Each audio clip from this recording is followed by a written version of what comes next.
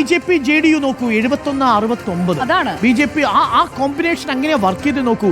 ആരാണ് ഇങ്ങനെ പോയാൽ ഒരുപക്ഷെ 80ഓളം എത്തിയാൽ പോലും നമുക്ക് അത്ഭുതപ്പെടാനില്ല. മറുഭാഗത്ത് നോക്കൂ 63-12. ഒരിടത്ത് 71-69. കേന്ദ്രമന്ത്രി ഗിരിരാജ് സിംഗ്, നിതീഷ് കുമാർ തന്നെ മുഖ്യമന്ത്രി. നിതീഷ് കുമാർ അല്ലെങ്കിൽ നിതീഷ് കുമാർ എന്തായാലും നിതീഷ് കുമാർ മുഖ്യമന്ത്രി ഒന്നുകിൽ BJPയുടെ മുഖ്യമന്ത്രിയാവും, ഇല്ലെങ്കിൽ BJPക്കൊപ്പം തന്നെ നിതീഷ് കുമാർ മുഖ്യമന്ത്രിയാവും. സംശയമൊന്നുമില്ല. സാമ്രാജ് ചൗധരി ആയിരിക്കും ചിലപ്പോൾ ഒരു ഉപമുഖ്യമന്ത്രിയെ കാണാൻ സാധ്യതയുണ്ട്. മന്ത്രിമാർ മത്സരിച്ചവരൊക്കെ ജയിച്ചിട്ടുണ്ട്. മാത്രമല്ല ചിരാഗ് പാസ്വാന്റെ പാർട്ടി ഒന്നിന് നോക്കേണ്ട കാര്യമില്ല. അല്ലല്ല, ചിരാഗ് പാസ്വാൻ LJP നല്ല പെർഫോമൻസ് ആണ്. കഴിഞ്ഞ തവണ 5 ആയിരുന്നു. ഇപ്പൊ എത്രയുണ്ട്? ഇപ്പൊ 10 ആയിട്ടുണ്ടാവും. LJP നല്ല പെർഫോമൻസ് ആണ്. BJPയുടെ ഒപ്പം ചേരുന്നവരൊക്കെ നല്ല പെർഫോമൻസ് ആണ്.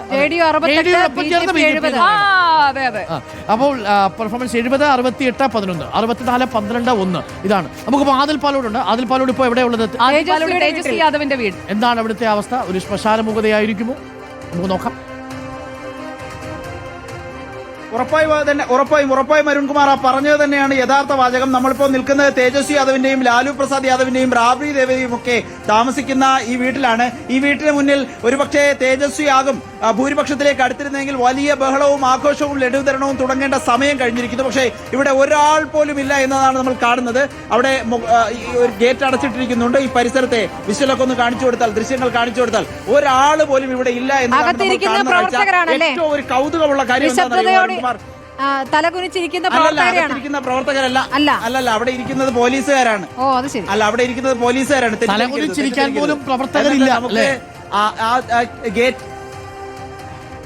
ആ ഗേറ്റിന്റെ മുകളിലേക്ക് നോക്കിയാലേ അവിടെ ഒരു ലാൽട്ടൺ, അതായത് വിളക്കാണ് ഇവരുടെ ചിഹ്നം. അത് മുകളിൽ തന്നെ വെച്ചിരിക്കുന്നത് നമുക്ക് ദൃശ്യങ്ങളിൽ കാണാൻ കഴിയുന്നുണ്ട്. ലാൽട്ടൺ ജീത്തേഗ, ലാൽട്ടൺ ജീത്തേഗ പറഞ്ഞുകൊണ്ടിരുന്നത്. ഉറപ്പായും ഇതിലെ വലിയൊരു കൗതുകം എന്താണെന്നറിയോ? ഈ ഒരു 100 മീറ്റർ അകലത്തിലാണ് തേജസ്വി യാദവ് താമസിക്കുന്ന ഈ വീടും ഒരു വശത്ത് നിതീഷ് കുമാറിന്റെ ഔദ്യോഗിക വസതിയും. അതായത് 100 മീറ്റർ അകലത്തിൽ തന്നെ സന്തോഷവും ദുഃഖവും ഒരുപോലെ കാണാം എന്നുള്ളതാണ്. തേജസ്വി യാദവിന്റെ വീട് നമ്മൾ കണ്ടു. അതൊന്ന് സൂം ചെയ്ത് കാണിച്ചു കൊടുത്താൽ മുഖ്യമന്ത്രിയുടെ ഔദ്യോഗിക വസതിയാണ് ആ കാണുന്നത്. അതായത് അവിടെ ലഡു വിതരണം തുടങ്ങാൻ ഉള്ള പരിപാടികൾ നോക്കുന്നു. ഇപ്പുറത്താകട്ടെ നിരാശ ബാധിച്ചിരിക്കുന്ന ഒരാളെ പോലും, ഒരു പ്രവർത്തകർ പോലും ഇല്ല എന്നതാണ് ഇപ്പുറത്ത് കാണുന്ന കാഴ്ച.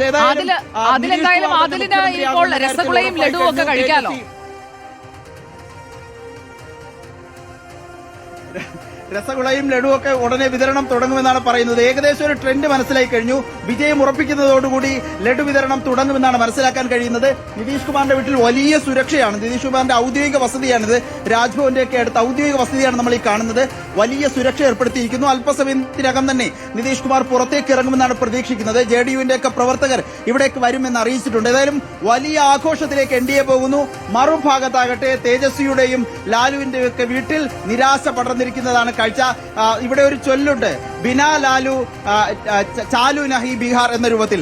അതായത് ലാലു ഇല്ലെങ്കിൽ ബീഹാർ ചലിക്കില്ല എന്നാണ്. പക്ഷെ ആ മുദ്രാവാക്യവും ആ പഴഞ്ചൊല്ലൊക്കെ എടുത്ത് കളഞ്ഞിരിക്കുന്നു നിതീഷ് എന്നതാണ് ഇപ്പോൾ മനസ്സിലാക്കേണ്ടത്. നിതീഷ് വീണ്ടും അധികാരത്തിലേറുന്നു എന്നതാണ് കാഴ്ച. നിതീഷ് കുമാറിന്റെ വീടും തേജസ്വി യാദവിന്റെ വീട്ടിലെയും സാഹചര്യങ്ങളാണ് നമ്മൾ കാണുന്നത്. അരുൺകുമാർ സുജയ.